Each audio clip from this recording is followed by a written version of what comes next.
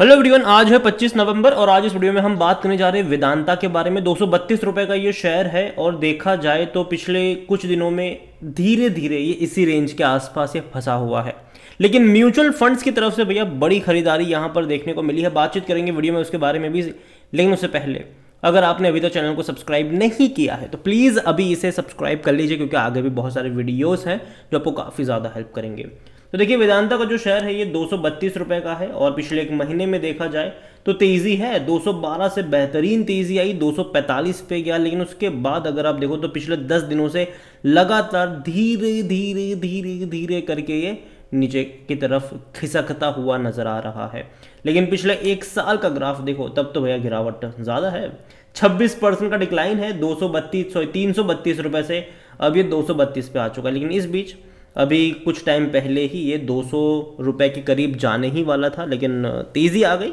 ठीक है, और देखते हैं कि ये जो तेज़ी आई है ये सस्टेनेबल हो पाती है कि नहीं, क्योंकि 10 दिनों से तो एक डाउनवर्ड ट्रेजेक्टरी शो करता हुआ नज़र आ रहा है।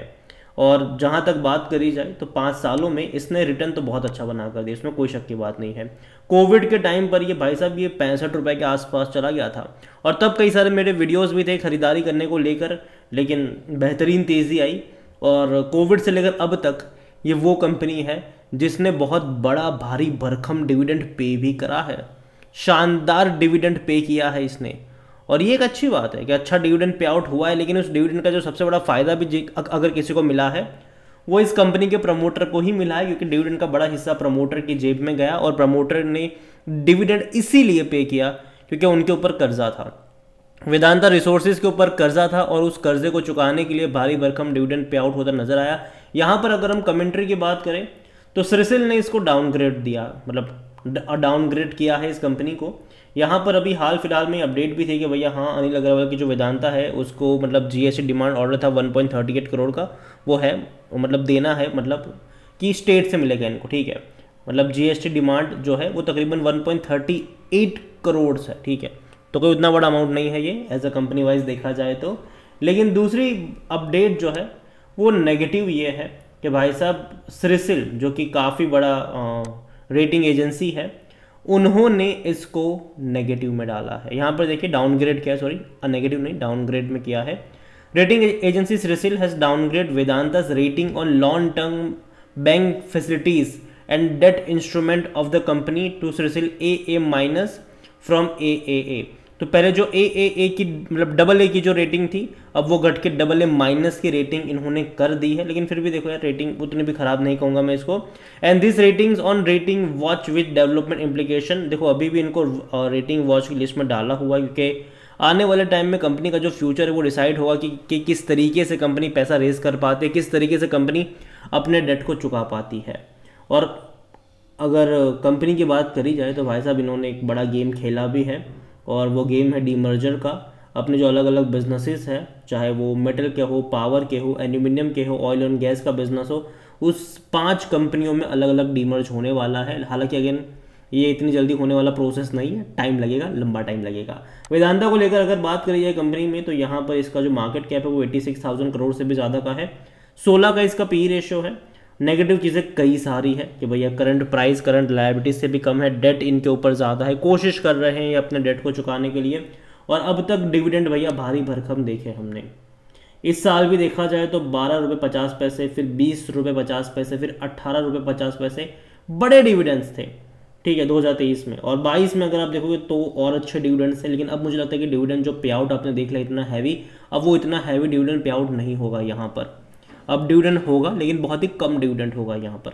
और जहाँ तक कंपनी के नंबर्स देखें तो अच्छे हैं, बुरे नंबर्स नहीं हैं अभी लास्ट क्वार्टर के। ठीक है, आने वाले क्वार्टर के नंबर्स भी देखने होंगे कि किस तरीके से आते हैं, लेकिन इनके जो रेवेन्यू है वो डेफिनेटली इंक्रीज हुए ज़रूर है। 39,000 करोड़ के आसपास के रेवेन्यू रहे। हालांकि प्रॉफिट नहीं, कंपनी को लॉस हुआ था लास्ट क्वार्टर में 1,785 करोड़। लेकिन आपको समझना होगा कि लॉस की सबसे बड़ी जो वजह थी वो था टैक्स।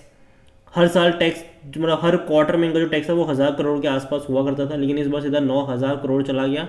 तो भाई साहब, और ये वन टाइम टैक्स था। ठीक है, मुझे लगता है कि अगले क्वार्टर में इतना बड़ा टैक्स नहीं होगा। अगर आप देखो प्रॉफिट बिफोर टैक्स देखो तो इससे पहले के क्वार्टरों में 4,000 करोड़ के आसपास हुआ करते थे। अभी लास्ट क्वार्टर में 8,000 करोड़ से भी ज़्यादा के प्रॉफिट बिफोर टैक्स रहे। क्योंकि काफ़ी अच्छी बात है ये। तो उम्मीद करते हैं कि आने वाले क्वार्टर्स में जब ये टैक्स इतना ज़्यादा नहीं होगा तो इनके प्रॉफिट्स में आपको बढ़ोतरी देखने को मिल सकती है। और जहाँ तक कंपनी में अगर आप शेयर होल्डिंग पैटर्न की तरफ नज़र करो तो बहुत बड़ा चेंज हुआ है। चेंज ये हुआ है कि भाई साहब खरीदारी जो है वो पब्लिक ने भी यहाँ पर करी है। यहाँ पर अगर आप देखोगे तो पब्लिक ने यहाँ पर 14.36 से बढ़कर 17.81 पर आए हैं। प्रमोटर ने बिकवाली करी है 68.11 से घटकर 63.71 पर आए। लेकिन जो सबसे बड़ी अच्छी बात मैं कहूँगा यहाँ पर वो है म्यूचुअल फंड्स 0.25 से बढ़कर 0.83% पर आए हैं। मतलब देखा जाए तो प्रीवियस क्वार्टर के मुकाबले म्यूचुअल फंड्स ने तकरीबन 220-230% तक की अपनी हिस्सेदारी को बढ़ाया है, डबल से भी ज़्यादा। और ये बड़ी बात है ये। तो म्यूचुअल फंड्स थोड़े से मतलब जब शेयर में गिरावट आई तो म्यूचुअल फंड्स थोड़े से इसके लिए पॉजिटिव होते नजर आए, सिंपल सी बात है। एफआईज की 7.48% की होल्डिंग 7.82% पर आई। तो ये भी अच्छी बात है कि उन्होंने भी यहाँ पर बाई करा ज़रूर है, उन्होंने भी खरीदारी यहाँ पर करी ज़रूर है। वेदांता देखो अभी के लिए शॉर्ट टर्म के लिए इसका जो फ्यूचर है ना वो थोड़ा सा डामाडोल रहने वाला है। रीज़न सिंपल है कि देखो जो सबसे बड़ी इवेंट्स यहाँ पर है वो यही है कि डेट की पेमेंट्स वगैरह होनी है, ठीक है। और वो कितना सक्सेसफुली इसको पेमेंट कर पाते हैं, कितना सक्सेसफुली ये पैसा रेज कर पाते हैं, उसके ऊपर बहुत कुछ डिपेंड करेगा। अगर कंपनी सक्सेसफुली पैसा रेज कर पाएंगे, डेट चुका पाएंगे, तो वाकई में यहाँ से और बड़ी रफ्तार आप एक्सपेक्ट करोगे, क्योंकि कंपनी जो है वो लॉस मेकिंग तो नहीं है, कंपनी प्रॉफिटेबल है। आगे उम्मीद करेंगे कि और बड़े प्रॉफिट वो क्लॉक करती नज़र आए। बस शॉर्ट टर्म में ये जो डेट का कंसर्न्स है यहाँ पर वो डेफिनेटली इनको परेशान कर रहा है और थोड़ा बहुत आगे भी इनको परेशान कर सकता है जब तक चीज़ें यहाँ पर क्लियर नहीं हो जाती। लेकिन अगर चीज़ें क्लियर हो जाएगी तो चीज़ें बेहतर भी हो जाएगी इनके लिए। तो अभी तो मैं इतना ही कहूँगा कि देखो यार, जल्दबाजी मत करना खरीदारी को लेकर। और मुझे लगता है कि यहाँ पर जो खरीदारी के मौके बनेंगे वेदांता लिमिटेड में वो 190 से लेकर 200 रुपये के करीब बन सकते हैं। और अगर वो इस रेंज में जाता है तब आपको इसके ऊपर नज़र रखनी चाहिए। लेकिन हाँ, मैं ये मान के चल रहा हूँ कि वेदांता जो है वो अभी शॉर्ट टर्म में थोड़ा बहुत रहेगा, लेकिन लॉन्ग टर्म में अपने डेट को चुका देगा, उस अजम्पशन के साथ मैं चल रहा हूँ, ठीक है। अगर आने वाले टाइम में अगर मान लो कि डेट नहीं चुका पाए, दिक्कत आई, तब ये 190-200 का भी लेवल नहीं होगा, ठीक है। तब तो और बड़े डिक्लाइन देखने को मिलेंगे। तो ये पॉसिबिलिटीज़ है कि कितना सक्सेसफुली ये इन चीज़ों को कर पाते हैं।